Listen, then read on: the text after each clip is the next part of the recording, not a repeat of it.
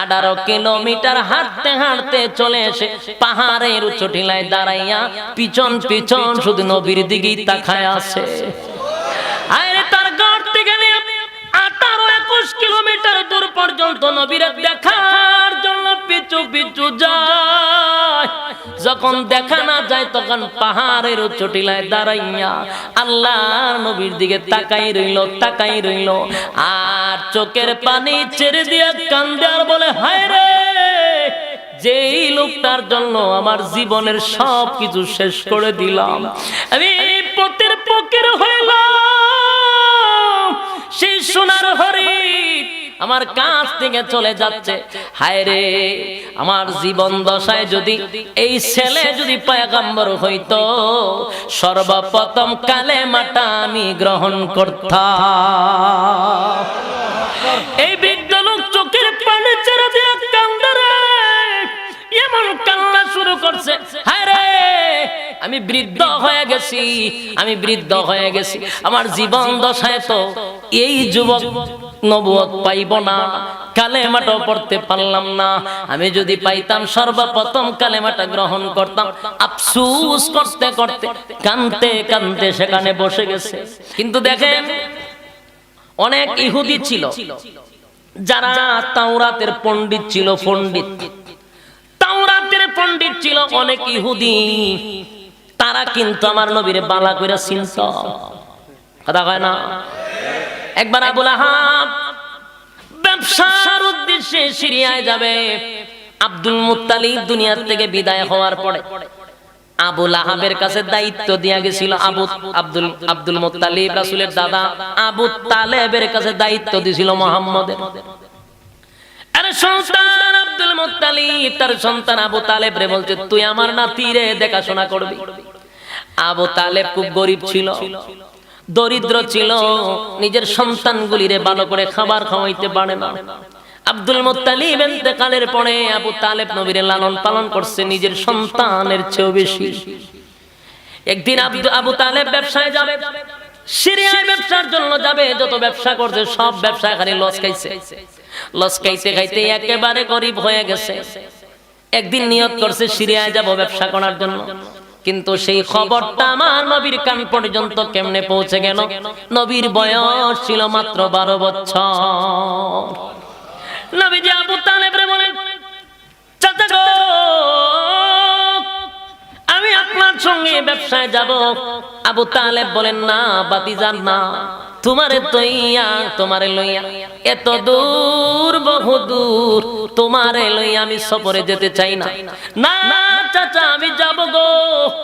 চাচার সামনে যখন আল্লাহর পয়গম্বর বারবার রিকোয়েস্ট করলেন, আবু তালেব বললেন, চলো বাতিজা, তাহলে তোমার লইয়া সফরে যায়।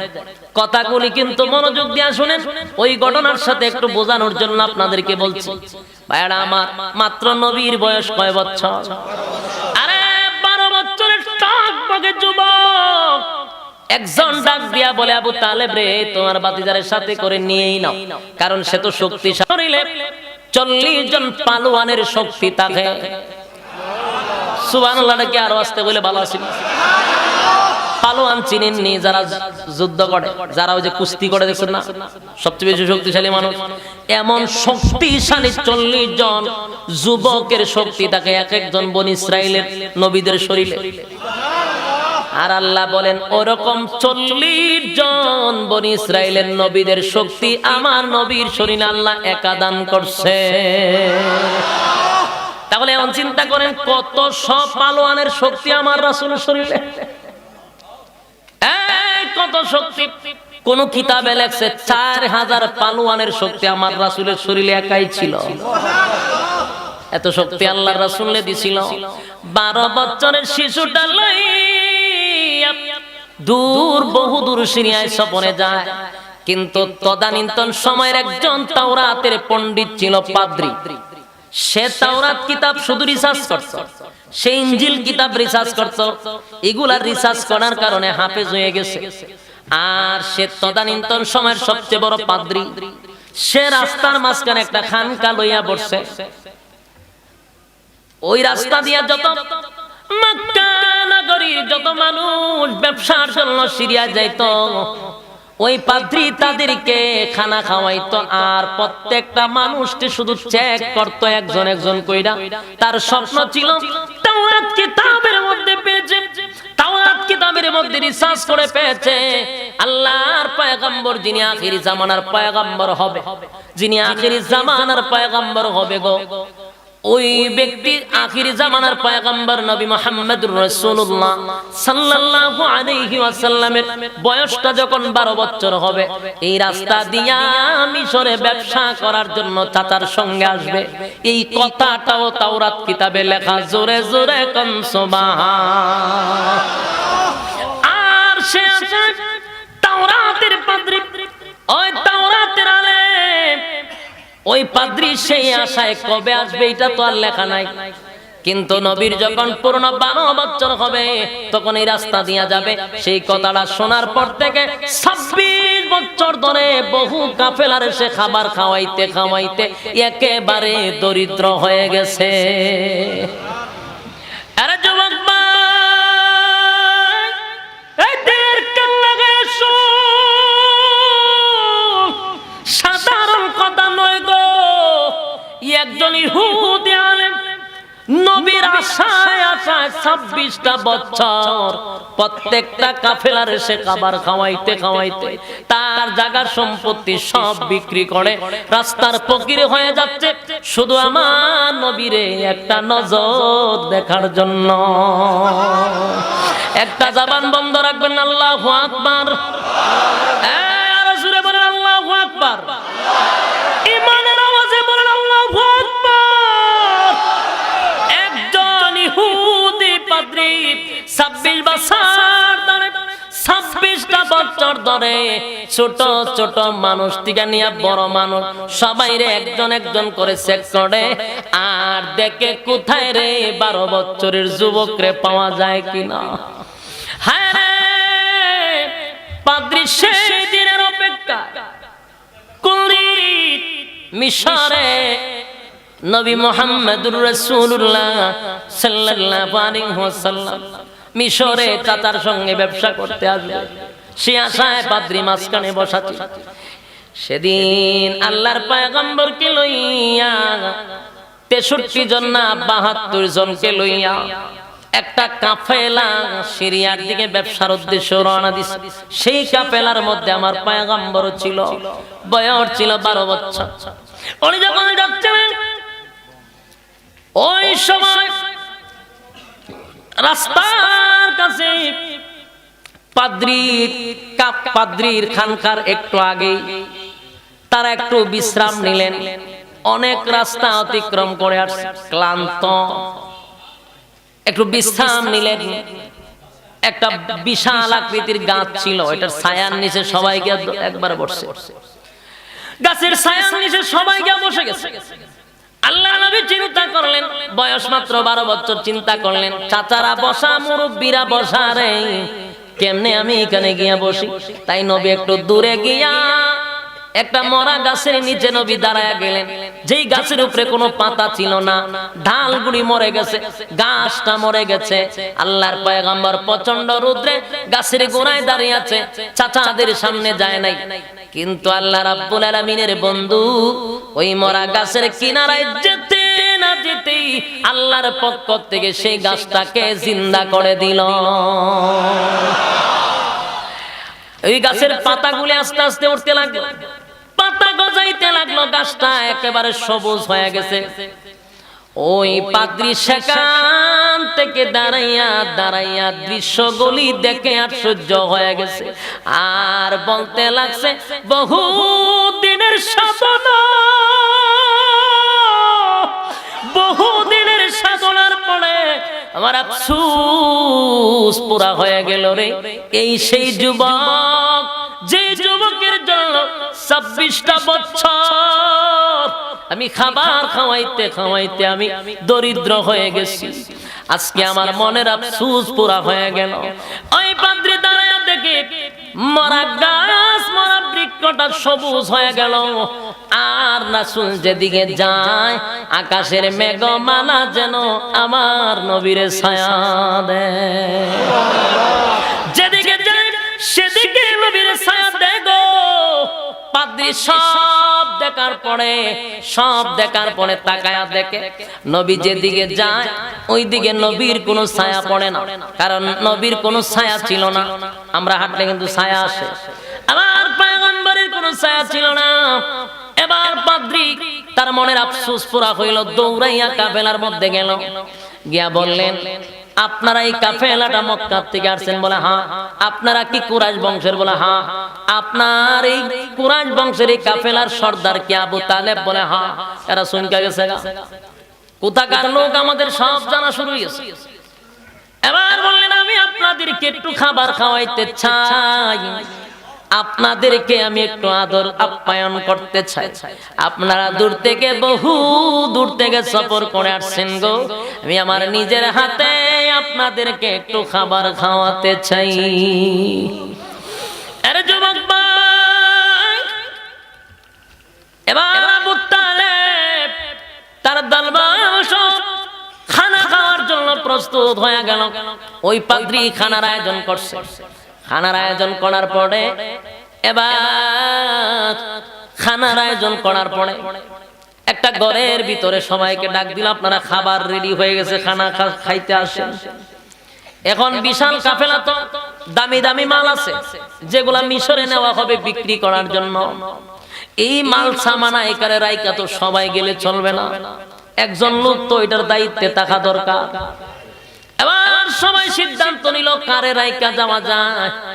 কাউরে কেউ বিশ্বাস করে না, কিন্তু তখনকার সময় সবাই আল্লাহর পয়গম্বরে বিশ্বাস করত। সে বিশ্বাসী, আমানতের খেয়ানত করে না, এমন লোককে এই দায়িত্ব দেওয়া দরকার।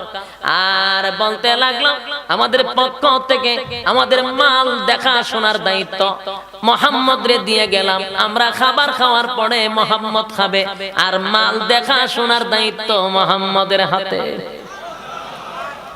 সবাই চলে গেল খাওয়ার জন্য, ঘরের ভিতরে চলে গেল। সবাই যখন সারি সারি হইয়া বসলো, পাদ্রী এক লাইন থেকে আরেক লাইন পর্যন্ত ভালো করে তাকায়া দেখে আল্লাহর পয়গম্বরে কোন আসে না। এবার ডাক দেয়া বলেন, আপনাদের মধ্যে কি কেউ বাকি আছে? কিন্তু এখনো পাদ্রী স্পষ্ট করে ওনার নামটা বলে না।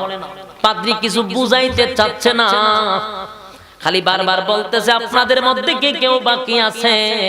তারা বললেন, কেউ নাই। না, অবশ্যই আছে, কয়েকজন আছে। মুহাম্মদ আমাদের বাতিজা, আমাদের ব্যবসায়ী মাল পাহারা দেওয়ার জন্য তারে দাঁড় করে আনছে, আমরা খাবার খাওয়ার পরে তারে খাওয়াবো।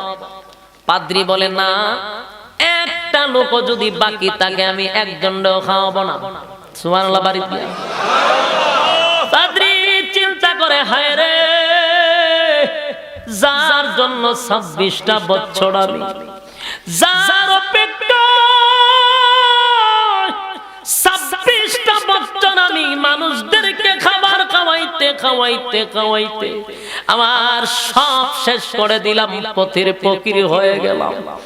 যার জন্য আয়োজন করলাম সেই লোকটারে এখন পর্যন্ত তারা বসতে দেয় নাই, আমি তারে না ঢোকানো পর্যন্ত একটারেও খাবার দিব না। চিন্তায় পড়ে গেল। এবার আল্লাহর পয়গম্বররা যখন আনছে খাবার দিছে, সবাই যখন খানা খাইলো, সবাই চলে যাওয়ার পরে ওই পাদ্রী আবু তালেব রে ডাক দিয়ে একটা কামরার ভিতরে নিছে, নিয়া কয়, আবু তালেব কি আপনার নাম? বলে হ্যাঁ। সত্য করে বলুন, ওই 12 বছরের বালকটা আপনার কি হয়? বলে আমার ছেলে হয়। না, আমি বিশ্বাস করি না, এটা আপনার ছেলে হতে পারে না। বলে হ্যাঁ, এটা তো আমার ছেলে। না রে, আমার সাথে মিথ্যা কথা বইলা কোনো লাভ নাই। আরে আবু তালেব, আমার সাথে মিথ্যা কথা বলবি না। আমি তাওরাতের আলেম, আমি ইনজিলের আলেম, আমি সব তত্ত্ব জানি।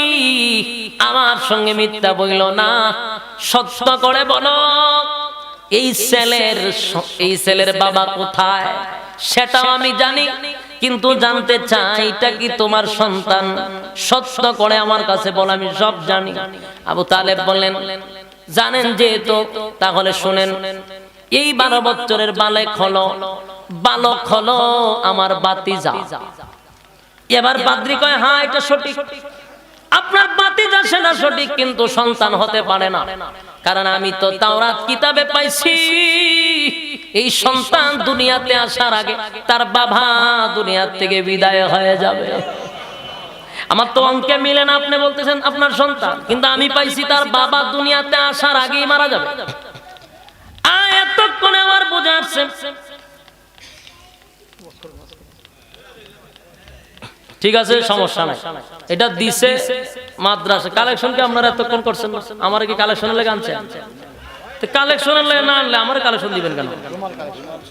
বসেন, শেষ করে নিতে 5 মিনিট বসেন, 5 মিনিট ইনশাল্লাহ শেষ করতেছি। বসেন, লড়বেন না, আমার তো ডাবল সুবিধা। আরে শেষ করতেছি, বসেন, বিরক্ত হবেন না, কমিটি বিরক্ত হয়ে গেছে। শেষ করতেছি, কথাগুলি মনোযোগ দিয়ে শুনেন। আবু তালেব ওই পাদ্রী বলতেছে তোমার ভাতিজা আমার বিশ্বাস হইছে, কিন্তু তাওরাত কিতাবে স্পষ্ট ঘোষণা, তার বাবা দুনিয়াতে আসার আগে ইন্তেকাল করবে। এই মাস কি চলতো 2-3 মিনিট, তেল লড়াচড়া করেন কেন? ছেড়ে দিতাম নি। বসেন, শেষ করে দিচ্ছি, কিন্তু বসেন, লড়াচড়ি করেন কেন? ঠান্ডা বোয়ার না কেন? ঠান্ডা বসাই দে মিয়া, কইছি শেষ করে লাইতো, এর পরে উঠতে যায়। কথাগুলি মনোযোগ দিয়ে শুনে। এবার আব্দুল মুত্তালিব আবু তালেব ভাতিজা যখন প্রচার করলেন তখন বিশ্বাস করছে। দ্বিতীয় নাম্বার বললেন তার বাবার নাম কি আব্দুল্লাহ ছিল? বলে হ্যাঁ। মার নাম কি আমেনা? বলে হ্যাঁ। আরে তোমার নাম কি আবু তালেব? বলে হ্যাঁ। দাদার নাম কি আব্দুল মুত্তালিব? বলে হ্যাঁ। বংশ কি কুরাইশ? বলে হ্যাঁ। আবু তালেব আশ্চর্য হয়েছে, লোক তো জীবনে দেখি নাই, চিনিও না, এত দূর আসছি, আমার ফ্যামিলির ডিটেইলসে বলতেছে। এবার পাদ্রী বলে আবু তালেব রে, আমি সব জানি রে আবু তালেব, যে সন্তান রে তোমার সাথে নিয়ে আসছো সাধারণ কোন মানুষ না, এই ছেলেটাই হলো মহামানব, এই ছেলেটা সাধারণ কোন ছেলে নয়। আবু তালেব রে, তার পা থেকে মাথা পর্যন্ত আমি তাকাইয়া, তার পা থেকে মাথা পর্যন্ত তাকাইয়া আমি নিশ্চিত হয়ে গেলাম তার ব্যাপারে তাওরাত কিতাবের মধ্যে যা বর্ণনা করা হয়েছে, তার ব্যাপারে তাওরাত কিতাবে যা বলা হয়েছে সবগুলা আমি তার মধ্যে দেখতে পাচ্ছি। আমি আমার দুনিয়ার চক্ষু দিয়া তার দিকে তাকাইলাম, অন্তরের চক্ষু দিয়া তাওরাত কিতাবের দিকে তাকাইলাম, আমি দুটোটাই মিলায়া দেখলাম তাওরাত কিতাবে ওনার চুলগুলি কেমন হবে সেটাও দেওয়া আছে, ওনার চক্ষুগুলি কেমন হবে সেটাও দেওয়া আছে, ওনার বডিটা কেমন হবে সেটাও দেওয়া আছে, শরীরের কালার কেমন করা হবে এটাও দেওয়া আছে, দাঁত মোবারকগুলি কেমন হবে সেটাও দেওয়া আছে, ওনার সব বর্ণনা, কথাবার্তা, আচার ব্যবহার, চলাফেরা কেমন হবে সব গুণই এখানে বর্ণনা আছে। সুতরাং আমি দেখে চিনে ফেলেছি উনি আখির জামানার পয়গম্বর নবী মুহাম্মদুর রাসূলুল্লাহ সাল্লাল্লাহু আলাইহি ওয়াসাল্লাম। আরে আবু তালেব সন্তান, এই সন্তানদের লইয়া, এই সন্তানদের লইয়া তুমি সিরিয়ায় যাইবা না, এই সন্তানদের লইয়া সামনের দিকে আর আগাইবা না। এরে আবু তালেব, আমি আমার কলিজার থেকে, অন্তর থেকে মহব্বত করি। 26টা বছর এই বালকের দেখা পাওয়ার জন্য আমি পথের ভিখারি হয়ে গেছি। আমি চাই না এই বালকদের যেন কোনো ক্ষতি হয়। আবু তালেব রে, আমি যেমন তাওরাতের আলেম, তাওরাতের পণ্ডিত, পণ্ডিত, সিরিয়ায় অসংখ্য তাওরাতের আলেমরা আছে, আজকে কাগজ কইলা বৈশা আছে, কিতাব কইলা বসা আছে। এই দিনটাতে মুহাম্মদ এই দিকে যাবে সেটা হয়তো বা তারা এই ব্যাপারে অবগত। সুতরাং এই ছেলে লইয়া সামনের দিকে আগাইবা না। যদি তুমি যাও এই ছেলের বিপদ হতে পারে, তারে হত্যা করতে পারে। সুতরাং সামনের দিকে যাইবা না, এখানেই তোমার মাল বিক্রি করে বাড়িতে ফিরত যাও। যুবক ভাইরা আমার, আবু তালেব জীবনে কোনোদিন ব্যবসায় উন্নতি হতে পারলো না। যতবার ব্যবসা লইয়া গেছে খালি ধরা খাইছে। আবু তালেব একেবারে দরিদ্র হয়ে গেছিল। যখন বলতে মালিক নেই বিক্রি করে চলে যাও, আবু তালেবের মনটা ভেঙে গেল। হায় রে, জীবনের কোনো ব্যবসায় সফল হতে পারলাম না। শহরে না যাওয়ার আগে রাস্তায় মাল বিক্রি করলে কি আর আসল মুনাফা পাবো? এই মাল যদি রাস্তায় বিক্রি করেন আর শহরে গেলে কি এক দাম? কথা হয় না দি? তাহলে আমি রাস্তায় বিক্রি করলে রে কি মুনাফা পাবো? মনের কষ্ট লইয়া মুহাম্মদের যেন কোনো ক্ষতি না হয়, কলিজার থেকে আবু তালেব আল্লাহর নবীরে ভালোবাসতেন। রাস্তার মধ্যে মাল বিক্রি করে দিল। মাল বিক্রি করে আল্লাহর হাবিব রে লইয়া ৭২ জন কাফেলা, ৭২ জন মানুষ লইয়া আবার মক্কার দিকে রওনা দিল। আর ওই বৃদ্ধ পাদ্রী, যেই পাদ্রী ২৬ বছর ধরে খাওয়ায়, সেই পাদ্রী তাদের পিছনে পিছনে হাঁটতে লাগলো। ১৮ কিলোমিটার হাঁটতে হাঁটতে চলে এসে পাহাড়ের উঁচু টিলায় দাঁড়াইয়া পিছন পিছন শুধু নবীর দিকেই তাকায় আছে। আরে তার ঘর থেকে ১৮-২১ কিলোমিটার দূর পর্যন্ত নবীর দেখার জন্য পিছু পিছু যায়।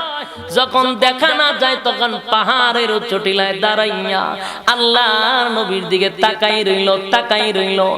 আর চোখের পানি ছেড়ে দিয়ে কান্দে আর বলে, হায় রে, যেই লোকটার জন্য আমার জীবনের সব কিছু শেষ করে দিলাম, আমি পথের ফকির হইলাম। সেই সোনার হরিণ আমার কাছ থেকে চলে যাচ্ছে। হায় রে, আমার জীবন দশায় যদি এই ছেলে যদি পয়গম্বর হইতো, সর্বপ্রথম কালেমাটা আমি গ্রহণ করতাম। এই বৃদ্ধ লোক চোখের পানি ছেড়ে দিয়ে কান্দে রে, এমন কান্না শুরু করছে। হায় রে, আমি বৃদ্ধ হয়ে গেছি, আমি বৃদ্ধ হয়ে গেছি। আমার জীবন দশায় তো এই যুবক নবুয়ত পাইব না, কালেমাটা পড়তে পারলাম না। আমি যদি পাইতাম সর্বপ্রথম কালেমাটা গ্রহণ করতাম। আফসোস করতে করতে কাঁদতে কাঁদতে সেখানে বসে গেছে। আরে যুবক ভাই, কিতাবের মধ্যে লেখছে সেদিন আবু তালেব চিৎকার দিয়ে ঘোষণা দিছে, জীবনে যত ব্যবসা করছি, জীবনে যত ব্যবসা করছি রে, কোন ব্যবসায় সফল হতে পারি নাই। সমস্ত ব্যবসায় যত লাভ হয়েছে আজকে মুহাম্মদ রে লইয়া সিরিয়ার শহরে ঢুকতে পারি নাই, শহরে ঢুকতে পারি নাই। রাস্তার মধ্যে যে মালগুলি বিক্রি করেছিলাম, আমার জীবনে এত লাভ আর কোনোদিন হয় নাই। আল্লাহু আকবার, আল্লাহু আকবার। যুবক ভাই, কথাগুলি মনোযোগ দিয়ে শুনেন। একটা বৃদ্ধ পাদ্রী, ইহুদি পাদ্রী আমার নবীরে চিনল রে, নবীর জন্য জীবন জৈবন সব শেষ করলো। সে নবীরে কোনোদিন দেখে নাই, তাওরাত কিতাবে পাইয়া নবীর মহব্বতে সব শেষ করে দিল।